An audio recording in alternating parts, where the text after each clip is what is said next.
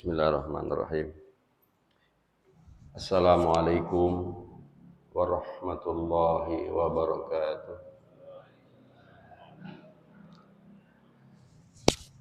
Alhamdulillahi haqqa hamdih wa nashkuruhu haqqa syukrih adada khalqih wa ridha nafsih wa zinata arsih wa midada kalimatih. Asyhadu an la ilaha illallah wahdahu la syarika lah wa asyhadu anna Muhammadan abduhu wa rasuluh. Allahumma fassalli wa sallim wa barik ala Muhammadin wa ala alihi wa sahbihi wa barik wa sallim ajma'in. Amma ba'd.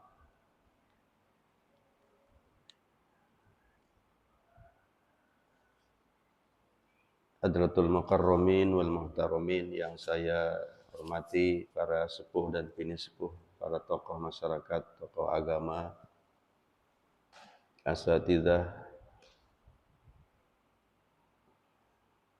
wabil khusus Ketua Ta'mir Masjid Jami Baitus Salam dan seluruh jajaran pengurus dan jamaah, Bapak Ibu yang dirahmati Allah Subhanahu wa taala.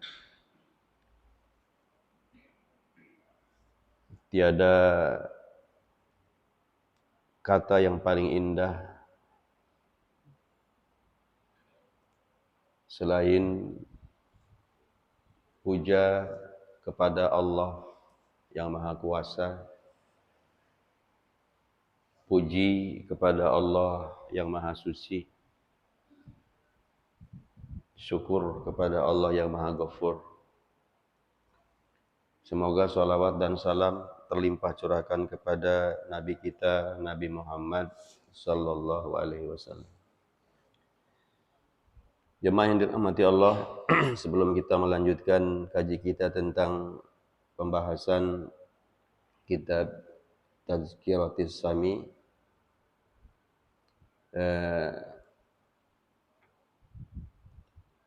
Al-Fakir akan menyampaikan atas pertanyaan pada hari Selasa yang lalu dari salah seorang jamaah kita tentang fikih uzur syar'i. Jadi walaupun kita tidak hadir karena sudah terbiasa kita melakukan ibadah tersebut, karena terhalang oleh adanya masyaqqah, adanya halangan, maka Allah akan tetap memberikan pahala sesuai dengan niat. Firman Allah tabaraka wa taala dalam Quran surah Al-Baqarah ayat yang tadi dibaca oleh imam kita, ayat 286. A'udzu billahi samii'il 'aliim minasyaitonir rajim. La yukallifullahu nafsan illa wus'aha. Laha ma kasabat wa 'alaiha maktasabat. Allah tabaraka wa taala tidak membebani seseorang melainkan sesuai dengan kemampuannya, sesuai dengan kesanggupannya. Baginya pahala, ya, laha ma kasabat, pahala yang dia kerjakan, dan atasnya dosa apa yang telah diperbuatnya. Ayat ini menunjukkan bahwa jika seseorang terhalang karena ada uzur syar'i, ia insyaallah akan tetap mendapatkan pahala niat, ya, dan kebiasaan amal yang biasa dia lakukan. Kemudian diperkuat oleh hadis Rasulullah sallallahu alaihi wasallam, an Abi Musa radhiyallahu anhu anin Nabi sallallahu alaihi wasallam qaal, idza maridul abdu aw safara kutiba lahu mislu ma kana ya'malu muqiman sahihan Ruwahul Bukhari, hadis yang ke-2996. Idza maridul abdu, apabila seorang hamba sakit, au safara, atau sedang safar, sedang bepergian, kutiba lahu mislu ma kana ya'malu muqiman sahihan, maka dituliskan baginya pahala seperti apa yang biasa dia kerjakan ketika sehat dan ketika mukim, ada di tempat. Ya, ini dalil dari para ulama. Dalil ini menurut para ulama salafun saleh, ya, bahwa orang yang terbiasa melakukan amal soleh, termasuk contohnya sholat berjamaah. Nih jamaah Baitul Salam, dawam selalu berjamaah ke masjid Baitul Salam 5 waktu. Kemudian sakit, ya, uzur. Terus bapak saudara sholatnya di rumah, maka pahalanya dapat apa Pak? Tetap dicatat pahala berjamaah. Karena kalau nggak sakitnya ke masjid. Itu hebatnya orang yang niat karena Allah dan sudah terbiasa. Sudah habitnya begitu. Termasuk hadir ke majlis talim, rajin ada majlis talim dia hadiri. Nah, satu saat sakit atau ada halangan atau sedang safar, ya, tapi ujungnya syar'i, ya, maka akan dicatat, ya, sebagaimana dia mukim dan waktu dia sehat.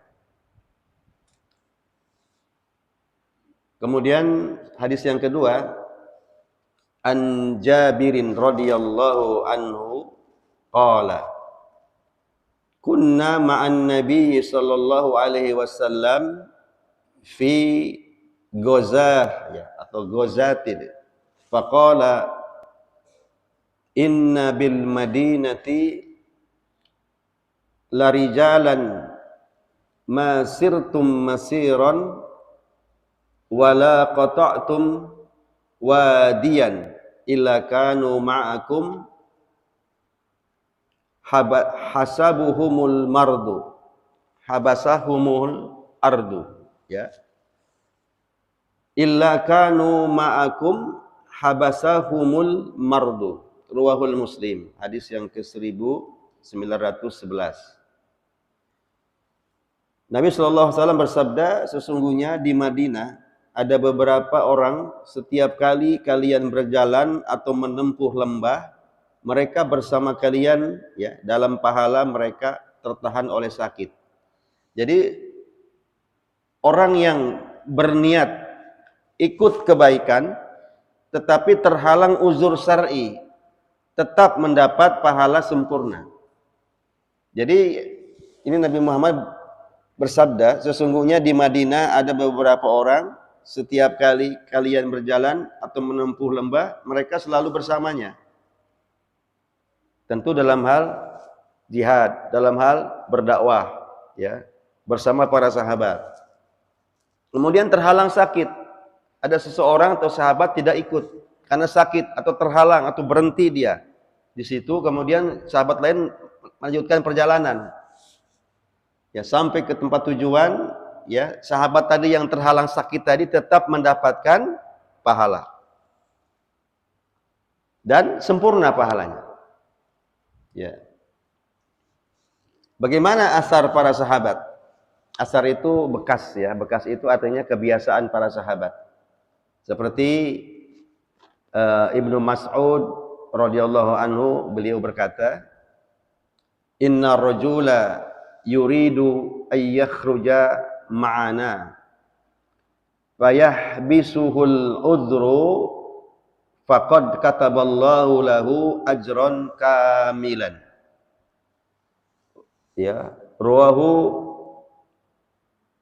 Abdur Rizaqi fi Sonafin di jilid ke-5 halaman 304. Sesungguhnya seseorang yang ingin keluar bersama kami, ya, maksudnya berjihad, lalu ia tertahan karena uzur, maka Allah tabaraka wa ta'ala telah mencatat untuknya pahala yang penuh. Ini diriwayatkan oleh Abdul Razak dalam Al-Musannaf, ya. Bagaimana aqwalus salaf, ya, perkataan para salaf? Seperti pertama, qala al-Imam An-Nawawi rahimahullahu taala fi Sarah Sahih Muslim, beliau menyebutkan hadal hadisu idza marido aw safara kutiba lahu mislu ma kana ya'malu sahihan muqiman fihi bayanun sarfin niyyati man kana lahu adatun bi ta'atin summa arada lahu udrun mana'ahu minha kutiba lahu misla dzalikal amalil ladzi kana ya'maluhu fi sahihatin wa iqamatihi. Hadis ini yang tadi saya sebutkan di atas itu, ya, jika sakit atau safar ditulis pahala amal biasa. Ini menunjukkan, ya, menunjukkan kemuliaan niat. Makanya niatkan niat hanya karena Allah Subhanahu wa taala setiap kali melakukan amal atau ibadah. Jadi menunjukkan kemuliaan niat. Barang siapa biasa beramal ketaatan lalu terhalang karena uzur, tetap dicatat baginya pahala amal yang biasa dia lakukan. Ini jamaah sebagian jawaban dari pertanyaan jamaah kita pada pertemuan yang lalu. Mudah-mudahan kita mendapatkan faidah dari keterangan agama kita. Jadi kesimpulannya, yang pertama, dalil Quran, hadis sahih atau athar sahabat dan penjelasan ulama salaf semuanya sepakat bahwa orang yang biasa beramal, ya, seperti sholat berjamaah, qiyamul lail, saum sunnah, lalu terhalang karena uzur syar'i, sakit, umpamanya bapak biasanya qiyamul lail, ya, walaupun 2 rakaat. Nah, tiba-tiba malam sudah niat, memang sudah terbiasa niat nanti malam mau bangun, tiba-tiba ada halangan. Mungkin karena sakit atau halangan-halangan lain sehingga kita tidak melakukan sholat qiyamul lail yang biasa kita lakukan, maka Allah akan tetap mencatatnya. Ya, atau karena safar atau karena hujannya hujan lebat, ya Pak, atau karena banjir umpamanya, atau karena ada gempa, ada musibah, atau takut bahaya, ya, tetap dicatat baginya pahala penuh seperti biasa yang ia kerjakan. Ini luar biasa faktor niat dan faktor habit yang sudah dibiasakan, dawam, istimroriyah, kontinuitas di dalam beramal. Jika ia tetap sholat sendirian karena uzur, ya, tidak ke masjid, sholat di rumah sendirian, maka pahala jamaah tetap tercatat. Karena amalnya sudah menjadi kebiasaan dan niatnya tetap untuk Allah tabaraka wa ta'ala. Semoga bermanfaat, ya. Kemudian kita lanjutkan pembahasan pada pekan yang lalu. Kalau tidak salah sampai, ya, hadis, ya, innal ilma as-sadiqa yusarrirul lisan, ya. Ada yang catat nggak Pak? Bahkan Selasa yang lalu. Yang bawa buku biasanya nyatet tuh. Ya. Innal ilma as-sadiqa yusayyirul lisana fayahfazuhu wal aina fayasrifuha anil haram wal yada fayamna'uha minaz zulmi wal lagwi. Kita masih membahas keutamaan ilmu, fadilah ilmu. Jadi ilmu sejati yaitu ilmu yang bisa mengendalikan ucapan, yang bisa menjaga lisan, lisannya dijaga, kemudian penglihatannya, wal ainu, penglihatannya, tidak melihat sesuatu yang diharamkan Allah, fayasrifuha anil haram. Kemudian yang berikutnya wal yada, dan tangannya, fayamna'uha minaz zulmi, tangannya tidak dibuat untuk berbuat zolim kepada orang lain atau perbuatan yang sia-sia karena tangan. Ini luar biasa, Pak. Di hadis lain yang sahih Bukhari Muslim disebutkan, ini sudah terkenal nih hadis ini ya. Al-muslimu, pakai al ya Pak, alif lam, ini alif lam di sini alif lam kamaliyah ya, artinya al-muslimu, muslim yang sempurna itu, orang Islam yang sempurna itu yang seperti apa ya? Kata Nabi, man salimal muslimuna min lisanihi wa yadihi. Jadi kalau ingin melihat muslim yang sempurna, tanya sama tetangga. Kalau lihat jamaah, apakah Islamnya sempurna? Tanya jamaah lain. Tanya apanya? Man salimal muslimuna min lisanihi wa yadihi. Ya. Dia tidak mengganggu, menyakiti, selalu memberikan ketenangan, kedamaian. Karena apanya? Karena pertama lisannya, yang kedua karena tangannya. Itu muslim sempurna. Kalau hanya Islam cukup 2 kalimat syahadat, Pak. Cukup Islamnya. Asyhadu an la ilaha illallah wa asyhadu anna Muhammadar Rasulullah. Cukup.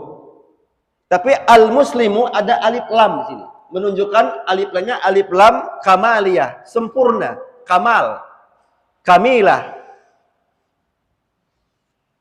Ya. Man salimal muslimuna, ya. Yang disebut dengan muslim sempurna itu yaitu dia tidak mengganggu muslim yang lain. Karena apa? Ucapannya, karena perkataannya, karena lisannya, dan karena tangannya.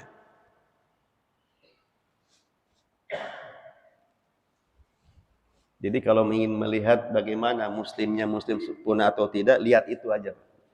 Kalau tetangga bilang, alhamdulillah Bapak itu luar biasa. Baik orangnya, lembut. Ya. Dia nggak pernah nyakitin orang. Walaupun sederhana. Sederhana pakaiannya, rumahnya biasa-biasa, tapi luar biasa. Yang bilang itu siapa? Tetangga. Yang bilang itu siapa? Jamaah lain. Lisannya terjaga dan tangannya terjaga. Kata Nabi, salamatul insan fi hibdil lisan. Selamatnya insan itu tergantung bagaimana dia menjaga lisan. Allah sedang membuka dan membuktikan hari-hari terakhir ini betapa dahsyatnya lisan. Walaupun saya secara pribadi tidak menyetujui adanya penjarahan. Ya. Tidak, itu tidak syar'i. Kenapa? itu bukan tujuan. Sudah menyimpang. Nah, ala kulli hal, kalau kita lihat fenomena air-air ini itu kenapa terjadi seperti hari ini atau kemarin, itu berawal, jadi benar nih ucapan Nabi Shallallahu Alaihi Wasallam. Kalau itu orang muslimnya sempurna, nggak mungkin ngomongnya asal. Orang kampung bilang congor. Congor itu apa? Congor, mulut. Kalau bahasa kampung cerewetnya bacot. Tahu bacot? Akibat bacot. Akibat congor. Congor itu agak kasar ya. Akibat lisan. Kalau dia muslim sempurna, akan dia jaga ucapan. Karena orang muslim sempurna itu kalau dia bicara, hanya ada hatinya. Di balik dia mulutnya itu ada hati, artinya sebelum dia ngomong, mikir dulu. Kalau orang bodoh, ngomong dulu baru, ya salah. Coba perhatikan. Akibat menyepelekan pesan Nabi tentang lisan, nggak nyangka, seperti mimpi. Terjadi huru hara. Padahal para ulama kita sering mengingatkan kita, ma yalfidu, tidaklah ucapan yang keluar dari lisan seseorang itu illa ladaihi ma yalfidu qaulin, ucapan yang terucap oleh kita manusia ini, ya, illa ladaihi, kecuali di situ ada dua malaikat yang mencatat, raqibun atid. Ini perkuat lagi. Kalau orang tahu semua ucapan yang keluar dari mulut manusia ini ada yang mencatat, nggak akan ngomong sembarangan. Lisan.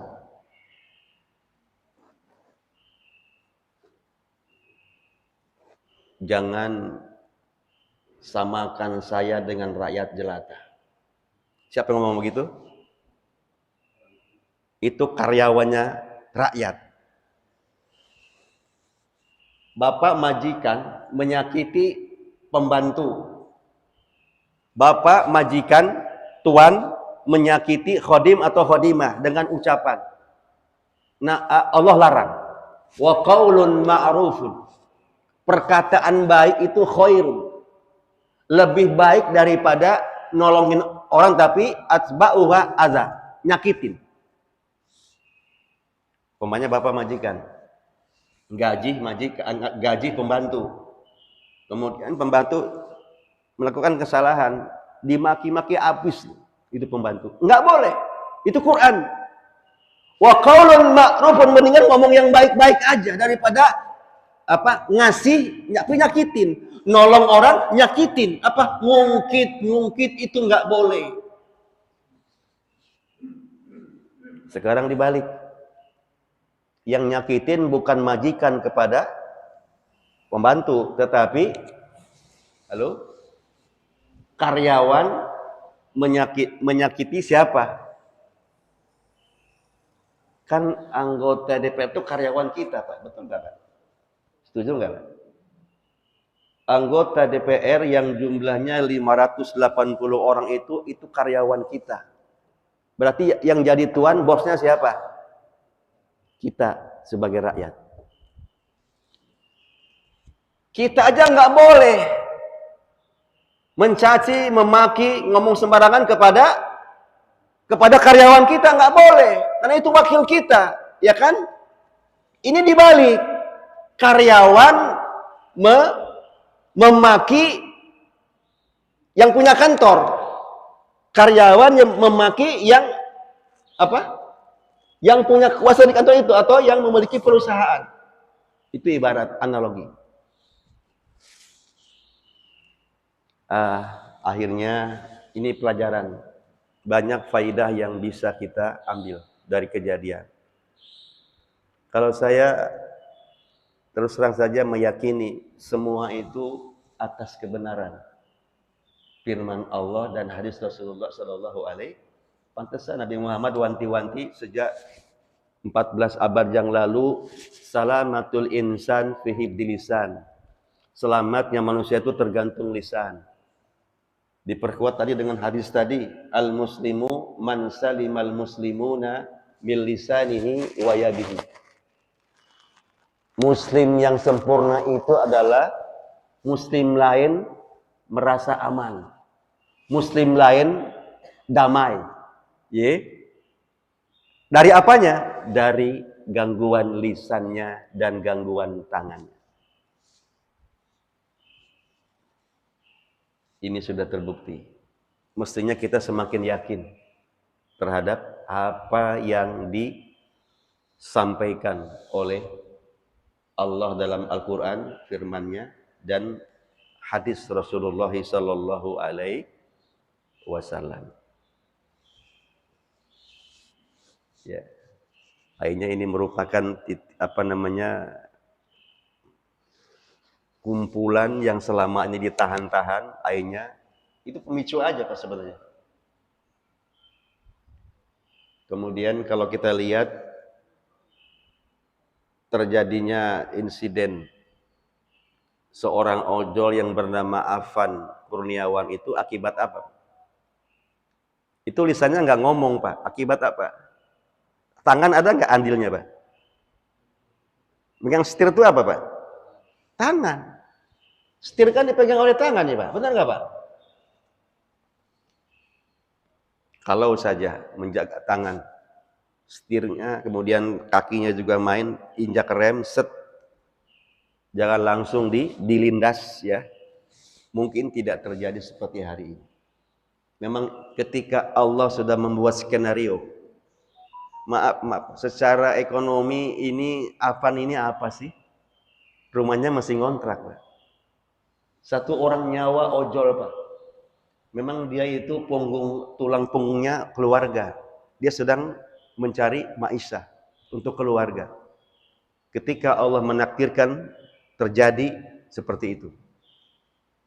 Seolah-olah nyawa Afan ini berharga untuk rakyat Indonesia.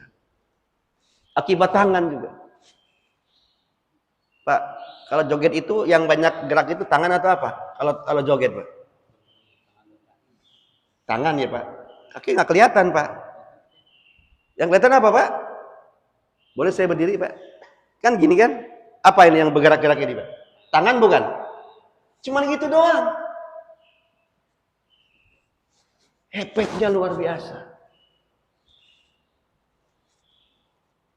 Ya, ini termasuk adab juga Pak. Adab bicara. Ya. Nah, ini manfaatnya kita belajar adab. Baik. Kemudian hadis sebelumnya akan saya sampaikan kemarin yang lalu itu, qala al-Imam Al-Auza'i rahimahullahu taala, idza aradta an ta'rifa naf'al ilmi indar rajul fangdur ila kalamihi wa khulqihi. Dalam kitab Jami'ul Bayan Al-Ilmi. Ini Imam Al-Auza'i rahimahullahu taala berkata, jika engkau ingin tahu apa manfaat ilmu seseorang, jadi kalau ada orang rajin datang ke majelis ilmu, kita pengen tahu manfaat nggak orang itu yang sering datang pengajian tuh. Caranya gimana? Kata Imam Al-Auza'i, tetangga kita ini rajin datang ke majelis taklim. Di mana ada kajian selalu hadir. Alhamdulillah. Saya lihat di masjid itu Pak, di perumahan Bekasi, apa yang seberangnya itu ada sekolahan non muslim itu. Di sini kita juga. Permata. Itu ada kajian. Betul Pak? Oh, hadir. Pokoknya di mana ada kajian dia hadir. Hadir, alhamdulillah. Kata Imam Al-Auza'i, idza aradta an ta'rifa naf'al ilmi indar rajul Jika engkau ingin tahu apa manfaat ilmu seseorang itu yang rajin datang ke majelis taklim, caranya gimana?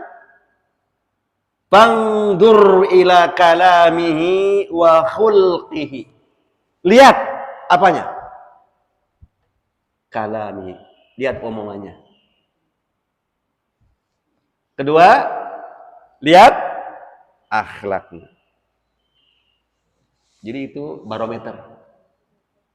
Jadi kalau Bapak jamaah rajin datang ke majelis taklim, alhamdulillah. Siapa yang melihat? Tetangga kita. Siapa yang melihat? Keluarga kita. Siapa yang melihat? Jamaah lain. Apa yang dilihat? Ucapan. Rajin ke majelis taklim, tapi ucapannya lembut. Alhamdulillah Pak Haji. Dijaga betul tuh omongannya, Pak. Jangan sampai terucap kata-kata yang ujungnya menyesal. Rata-rata yang namanya penyesalan tuh di depan apa di belakang? Padahal sudah minta maaf dari hati yang sangat dalam. Saya mohon maaf lahir batin. Udah minta maaf, tapi sepertinya rakyat kita ini nggak peduli. Nggak cukup dengan minta maaf. Ya, lihat lisannya. Yang kedua, wa khulqihi, lihat akhlaknya. Ternyata dua. Ini sudah kita bahas kemarin, Pak. Ini saya akan hanya mengulang saja, mengulang yang kemarin kita bahas.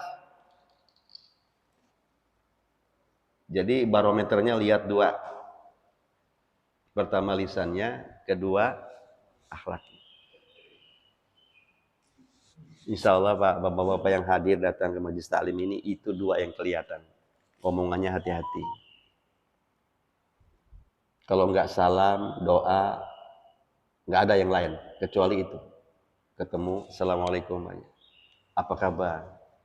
Bagaimana keluarga? Sehat? Mudah-mudahan Bapak dan keluarga diberi keberkahan oleh Allah. Satu lagi bilang amin, amin ya robbal alamin. Cerita kemarin ngaji, hadir alhamdulillah. Cerita yang baik-baik. Kadang-kadang nge-share juga ilmu, kan dia nggak datang. Kemarin bahas apa? Ini. Alhamdulillah. Syukron ya Pak Haji, Pak Ustaz. Ila liqa ma'assalam. Salam untuk keluarga. Wassalamualaikum.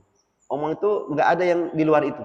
Doa, omongan baik, nasihat. Lihat lisannya. Dalam hati, oh ini bener ini orang. Ilmunya kepake. Betul nggak Pak? Betul nggak? Rajin ngaji, omongnya bener tuh. Lembut ya.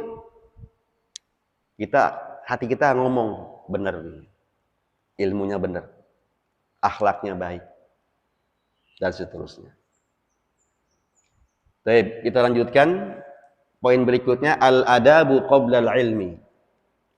Adab sebelum ilmu. Sampai jam berapa Pak Haji? Jam 5. Enggak, sebelum kita, kalau ada tanya jawab Pak. 5.40. Sudah masuk? Masih ada ya? Dikit lagi ya? Baik. Al-adabu qoblal ilmi. Adab sebelum ilmu. Qala al-Hasan, ta'allamul adaba qabla an tata'allamul ilma. Ucapan Al-Hasan, kata beliau, pelajarilah adab sebelum mempelajari ilmu. Betapa adab ini, akhlak maksudnya itu ya, akhlak itu di atas ilmu. Jadi akhlak dulu baru ilmu. Maksudnya urutannya pelajari adab dulu, akhlak dulu baru ilmu. Ada juga yang paralel, sambil belajar akhlak juga sekaligus ilmu, baru amal. Ya, sebelum beramal dua, satu ilmu, sebelumnya akhlak. Ya. Wa qala Ibnu Sirin, ya, Ibnu Sirin ini adalah gurunya Imam Asy-Syafi'i rahimahullahu taala. Kata beliau, kanu yata'allamunal adaba kama yata'allamunal ilma. Dalam Jami'u Bayanil Ilmi, Ibnu Sirin rahimahullahu taala berkata, mereka dahulu mempelajari adab sebagaimana mereka mempelajari ilmu. Dahulu berarti salafun saleh. Ya. Belajar adab sebagaimana dia belajar ilmu. Kemudian waqala al-Imam Malik rahimahullahu taala, ini juga termasuk gurunya Imam Asy-Syafi'i rahimahullahu taala. Imam Malik rahimahullahu taala berkata kepada lifatan min Quraisy, kepada pemuda Quraisy. Imam Malik ngomong sama pemuda Quraisy. Ya, lifatan min Quraisy. Apa kata Imam Malik kepada pemuda Quraisy? Ta'allamil adaba qabla an tata'allamal ilma. Ya, pelajarilah adab atau akhlak sebelum engkau mempelajari ilmu. Ya. Jamaah yang dirahmati Allah Subhanahu wa taala, silatu dzalika bi talibil ilmi fi hadzal zaman. Ini bagaimana relevansinya bagi penuntut ilmu di zaman sekarang. Innal ilmal haqiqiyya yadharu fil akhlaq la fil kutubi wasyahadati faqat. Ilmu akan tampak pada akhlak. Innal ilma al haqiqiyah. Jadi hakikat ilmu itu akan kelihatan, ya. Yadharu itu tampak, akan kelihatan. Dari mana? Fil akhlak. Jadi ilmu akan tampak pada apa? Akhlak. Makanya Bapak kalau lihat ada orang titelnya berderet, profesor, doktor, apalagi Pak, di depannya itu ada insinyur, berapa tuh? Profesor, doktor, D-nya besar ya Pak. Kalau D kecil berarti dokter medis, ini doktor S3 berarti kan? Profesor, doktor, terus atau insinyur udah 4 itu Pak, nama. Belakangnya ada lagi MPhil, MSc, MSI, MPD, apalagi MA, MH, master hukum kan, MBE, Ember, enggak, Ember mah enggak. Berderet Pak, tenang. Jangan terpukau dengan deretan titel. Lihat apanya Pak? Lihat apanya? Akhlak. Bukan pada gelar dan kitab yang ada di lemari. Mungkin Bapak pernah ke rumah Ustadz ya. Ustadz guru kita ke rumahnya itu, di tengah rumah tuh lemarinya, lemari kaca. Di belakang, di samping kiri kanan tuh kitabnya kitab asli, kitab turos. Mungkin kita nggak bisa baca Pak ya, karena gundul semua. Jangankan gundul, gondrong aja kadang-kadang macet ya bacanya Pak. Alhamdulillah kita punya guru ahli kitab. Lihat referensinya kitab nih, kitab-kitab turos. Alhamdulillah, berarti kuat secara ini. Nah dulu, jangan terpukau dengan isi lemari kitab-kitab itu. Jangan terpukau dengan titel yang berderet itu. Tapi lihat akhlak. Ketika bicara itu guru kita seperti apa? Bukan pada kitab, bukan pada gelar. Ya. La fil kutubi wa syahadah. Syahadah itu apa? Syahadah. Selembar apa? Syahadah. Jadi kalau Bapak habis ikut pelatihan ada syahadah. Apa namanya? Hah? Piagam. Apa lagi Pak? Sertifikat. Apa lagi Pak? Hah? Ijazah. Termasuk tuh Pak. Itu syahadah namanya Pak. Pokoknya selembar Pak. Itu tanda aja Pak. Bapak tamat SD ada nggak syahadah? Ada. Ijazah SD namanya. Terus SMP atau MTS ya. MTS itu bukan madrasah tengah sawah, tapi madrasah sanawiyah. Memang di tengah sawah. Tapi jangan itu. Ya. MA, madrasah aliyah atau SMK atau dulu SMA kita ya, Pak ya. Dapat syahadah, dapat ijazah. Sampai S1, S2, S3 ikut training apapun ada syahadahnya. Sampai panitia atau pengurus takmir masjid itu ikut pelatihan bagaimana cara menyembelih hewan yang syar'i. Selesai dapat nggak? Syahadah. Penting nggak syahadah Pak? Penting. Itu tanda. Tanda kita memang selesai mempelajari ilmu itu. Tapi yang lebih penting daripada kutub itu zaman dari kitab.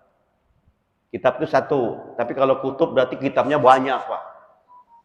Jadi kalau ingin melihat ilmu seseorang, ya lihat pertama apanya? Akhlaknya. Yang kedua, apa tadi? Lisannya. La fil kutubi wasyahadati faqat. Jangan dilihat pada kitab-kitabnya dan gelarnya, walaupun sederet. Ya. Dua lagi sebut lisan sama akhlak.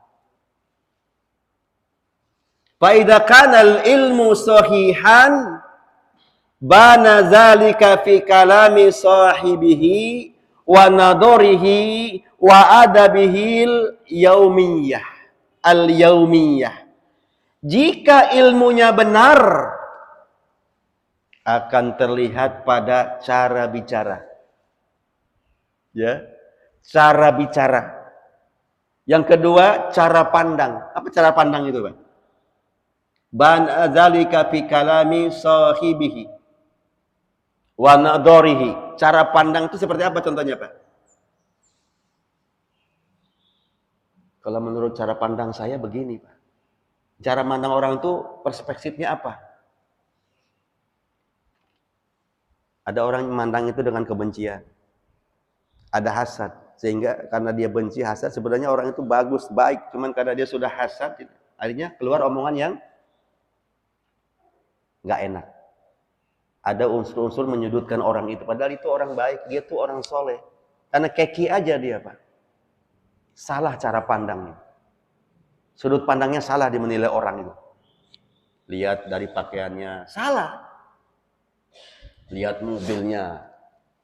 Jadi kalau ada orang bawa mobilnya Alphard, pakai jas, pakai dasi, jamnya jam Rolex, sepatunya sepatu Belly umpamanya yang mahal itu umpamanya ya, dia langsung hormat.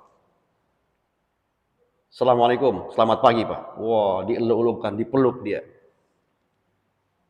Begitu ada ulama, kiai, ya, tawadu dia, pakaiannya biasa, disepelein Pak.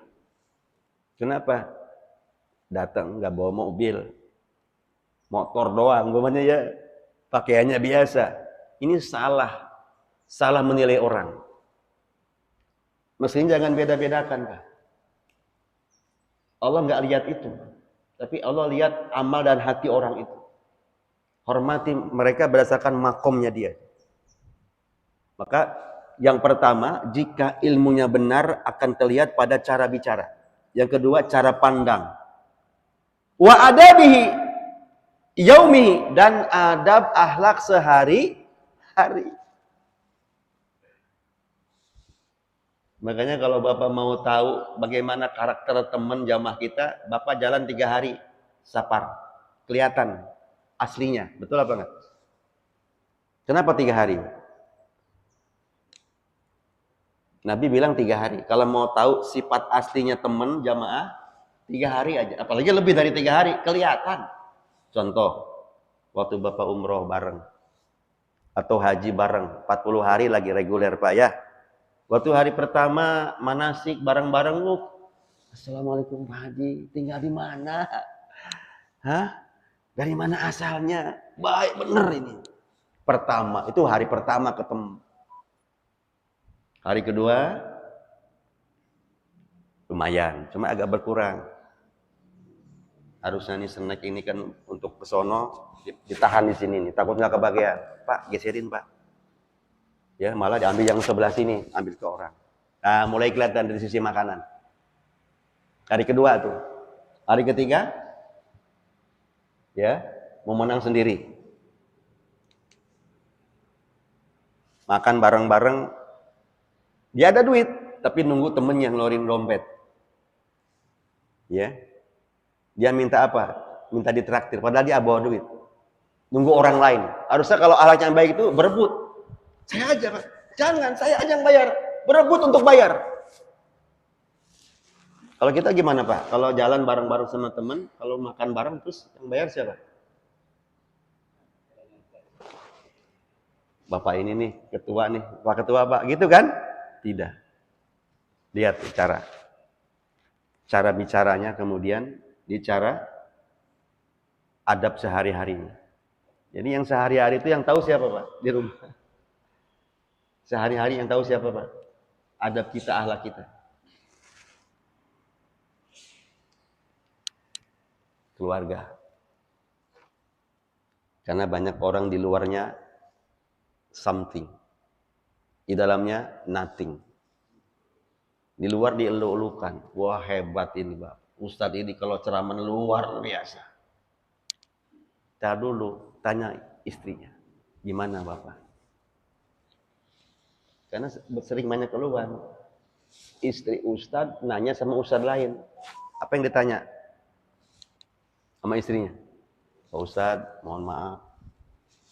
Bagaimana kalau ada seorang suami, dia rajin ngaji, rajin kajian, tapi ke istri itu kasar omongannya. Gitu Pak sering omongan itu. Saya sering dengar. Pertanyaan seorang istri Ustadz kepada Ustadz lain. Pak Ustadz, mohon maaf. Dia juga malu-malu menanyanya juga. Bagaimana ada seorang yang rajin ngaji, yang rajin kajian, rajin memberikan materi kepada orang lain lembut, tapi kepada keluarganya kasar. Jadi kalau mau tanya tentang orang itu, tanya siapa? Terdekat. Kenapa? Ini namanya adab sehari-hari. Ya, wa adabihin yaumiyah.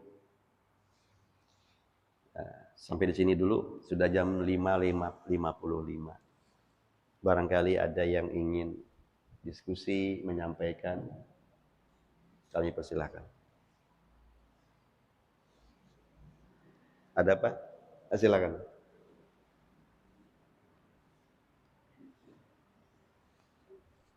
Assalamualaikum warahmatullahi wabarakatuh. Waalaikumsalam. Dengan kajian pada pagi hari ini yang disampaikan peristiwa terjadinya 1 minggu yang lalu. Nah, ingin saya mengupas terkait adanya bila mana dikaitkan dengan sisi agama Islam atau hukum Islam. Dari beberapa pejabat menyampaikan sesuatu yang menurut kami atau saya itu kurang etis atau menurut hukum negara bahwa asas-asas umum pemerintahan itu bekerja dengan tidak baik. Pertanyaannya adalah berkaitan dengan beberapa anggota dewan sehingga menimbulkan suatu permasalahan di masyarakat. Nah, ini apakah dengan berkaitan zakat ada haknya negara? Bolehkah kita memungut apa yang dimiliki oleh negara atau pejabat itu sehingga terjadi penjarahan. Menurut saya, kenapa itu dikatakan tidak boleh dijarah, tetapi itu dinyatakan haram. Sementara negara juga menurut saya haram. Kenapa? Dasar hukumnya adalah Undang-Undang Dasar 1945, kemakmuran itu untuk rakyat. Nah, faktanya itu tidak kepada rakyat, tapi dikuasai oleh beberapa segelintir. Dikaitkan dengan hukum agama Islam, bolehkah kita mengambil hak negara itu? Terima kasih. Baik. Barakallahu fiik. Semoga Allah memberkahi Bapak yang bertanya dan kepada kita semua.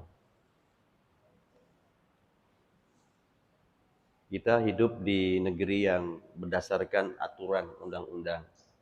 Saya kira semua negara punya aturan undang-undang. Apalagi itu undang-undang khusus di Indonesia, Pak. Itu diinspirasi oleh the founding father kita. Pendiri bangsa ini unsur-unsur apa? Agama. Contohnya Pancasila. Coba dari mulai sila pertama sampai sila kelima itu kan itu dari Islam semua. Itu pendiri bangsa itu bikin seperti itu. Ya, termasuk Undang-Undang Dasar 45 juga isinya coba atas berkat rahmat Allah yang Maha Kuasa. Nggak mungkin kalau nggak ada unsur ulama masuk di situ, Pak. Atas berkat itu bahasa apa itu? Berkah. Rahmat bahasa apa itu? Arab. Kalau dibahas ini luar biasa nih. Alinea 3 aja udah luar biasa. Atas berkat rahmat Allah yang Maha Kuasa dan dengan didorongkan oleh keinginan luhur supaya berkehidupan kebangsaan yang bebas, maka dengan ini dinyatakan, ya kan? Nyambung tuh. Kenapa para ulama kita, depan kita memasukkan berkat rahmat Allah? Menyadari bahwa ini semua ini tidak akan terjadi merdeka kalau bukan karena rahmat Allah. Tidak mungkin. Ini sadar. Jadi kita merdeka itu rahmat Allah yang pertama. Tanpa rahmat Allah nggak mungkin. Yang kedua atas jasa mereka para pendiri, para pahlawan kita. Isinya apa? 45. Satu pasal ada sebutkan. Nomor berapa, Pak? Undang-undang nomor berapa? Yang bumi dan air dikuasai oleh negara dan bumi, air dan pokoknya kekayaan alam lah ya. Ada bumi, ada segala macam. Itu dikelola oleh negara. Hasilnya untuk kemakmuran rakyatnya. Itu undang-undang, Pak. Islami enggak, Pak? Yang punya alam siapa? Allah. Yang punya air siapa? Allah. Yang punya tanah siapa? Allah. Isi tanah itu ada nikel, ada platinum, ada uranium, ada tembaga, ada besi dan lain-lain. Punya siapa? Allah. Negara itu mengelola milik Allah. Hasilnya untuk rakyat. Itu undang-undang, Pak.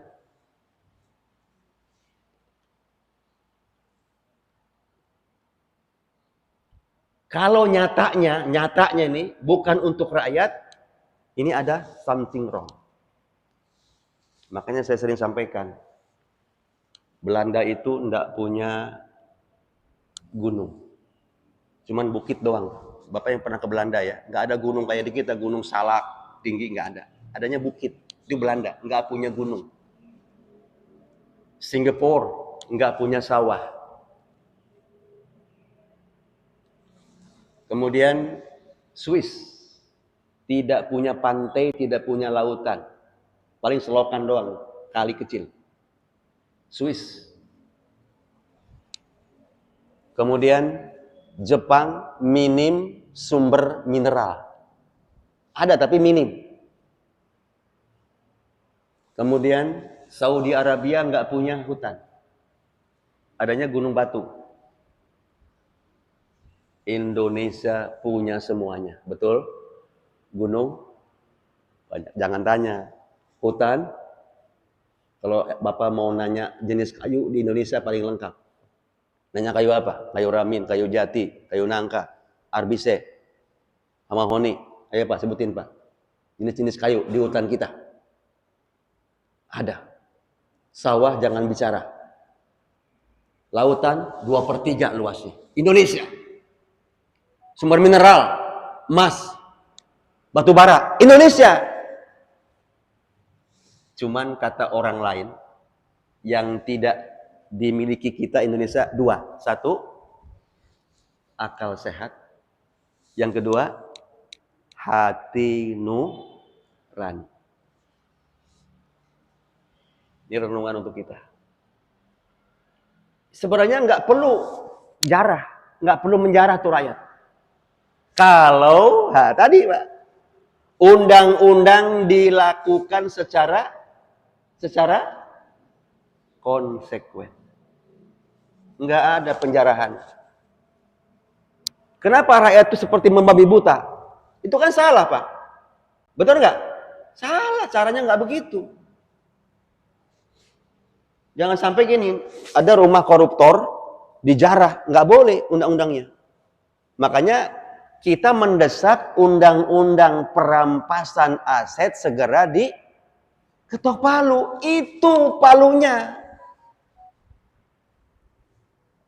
Makanya kalau nggak salah Pak, perlu diklarifikasi, Profesor Dr. Said Agil Siroj, mantan ketua PBNU.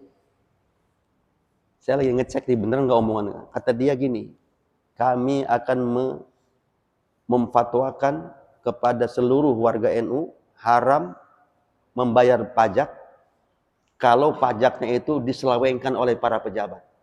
Wah, kalau ini bener Pak, 2 aja Pak. Profesor Dr. Haidar Nasir, ketua Muhammadiyah. Yang satu lagi profesor, umpamanya siapa ketua yang sekarang Pak NU? Yahya Stakuf atau Said Agil Siroj. 2 ngomong aja begitu. Fatwa bareng fatwanya ya. Umat Muhammadiyah, jamaah Muhammadiyah, jamaah NU haram membayar pajak jika pajaknya itu diselewengkan oleh para pejabat. Setuju nggak Bapak-Bapak? Setuju. Begitu ulama kita, geramnya. Kalau benar pengelolaan undang-undang ini Pak, nggak ada orang yang menjarah Pak, nggak ada, sejahtera semua. Makanya kata Pak Mahfud MD, mohon maaf nih Pak, kalau negara yang subur seperti ini punya semuanya, negeri kita ini Pak, baldatun, toyibatun, warabun, gofur, kalau benar pengelolaannya, akalnya sehat, hati nuraninya hidup, itu pengangguran pun akan dapat subsidi dari pemerintah sekitar 20 juta per bulan. Pengangguran Pak. Oleh pemerintah dikasih duit Pak. Bagaimana kalau yang kerja? Tapi hari ini luar biasa. Nah, makanya begitu ada Asus tuh langsung kan betul Pak lihatannya sepertinya rakyat ini memang benar-benar istilahnya utuh banget itu. Wallahu taala. Jadi nggak boleh kita menghalalkan segala cara. Makanya kalau ada undang-undang itu diketok palu, perampasan, sebenarnya kalau mau nih Pak, negara kita, Pak Presiden kita doakan mudah-mudahan beliau Allah berikan kekuatannya Pak ya. Berat bangsa hari ini. Allah berikan kekuatan kepada Presiden kita dan kepada yang lain, pejabat-pejabat yang masih punya hati nurani Pak. Kalau berani, semua uang yang dikorupsi oleh para koruptor Pak diambil, direbut, di aset itu dikembalikan negara. Saya kira nggak perlu pajak lagi nih Pak. Betul nggak? Berapa triliun Pak? Kira-kira? Banyak Pak. Jadi nggak perlu ada rencana keundangan, amplop keundangan nanti mau nggak perlu. Nggak perlu. Cukup itu Pak. Balik aja ke kas negara, cukup.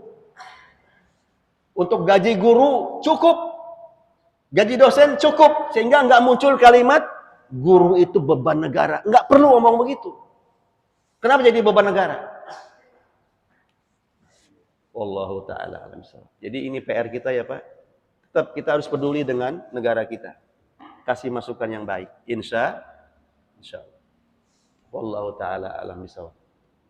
Ya, niat baik harus dengan cara yang baik. Itu Islam. Nggak boleh. Makanya saya terus terang aja. Tidak menyetujui rakyat kita itu yang menjara di rumah orang. Itu nggak boleh, haram hukumnya.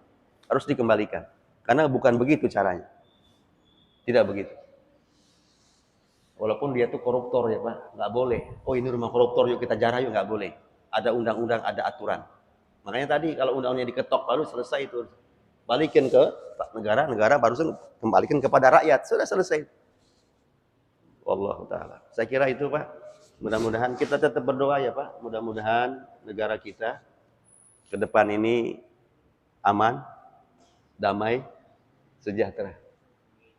Amin. Kita sebagai rakyat ini terus mendoakan. Jangan lepas doa kepada Allah dan kontribusi apa yang bisa dilakukan, lakukan.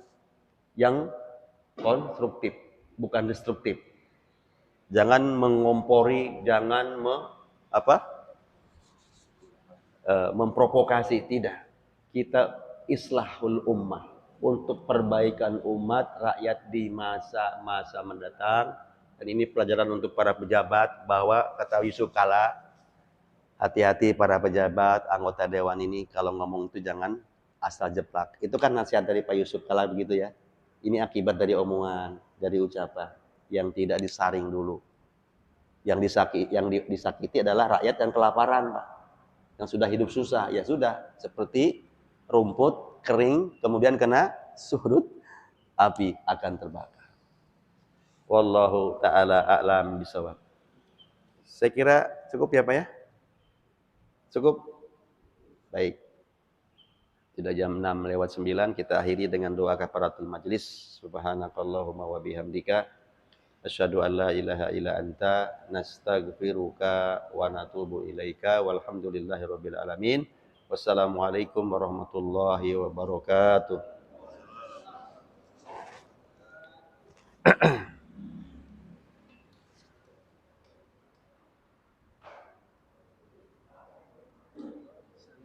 Salam, sehat Pak? Alhamdulillah, sehat. Mis, monggo. Salam.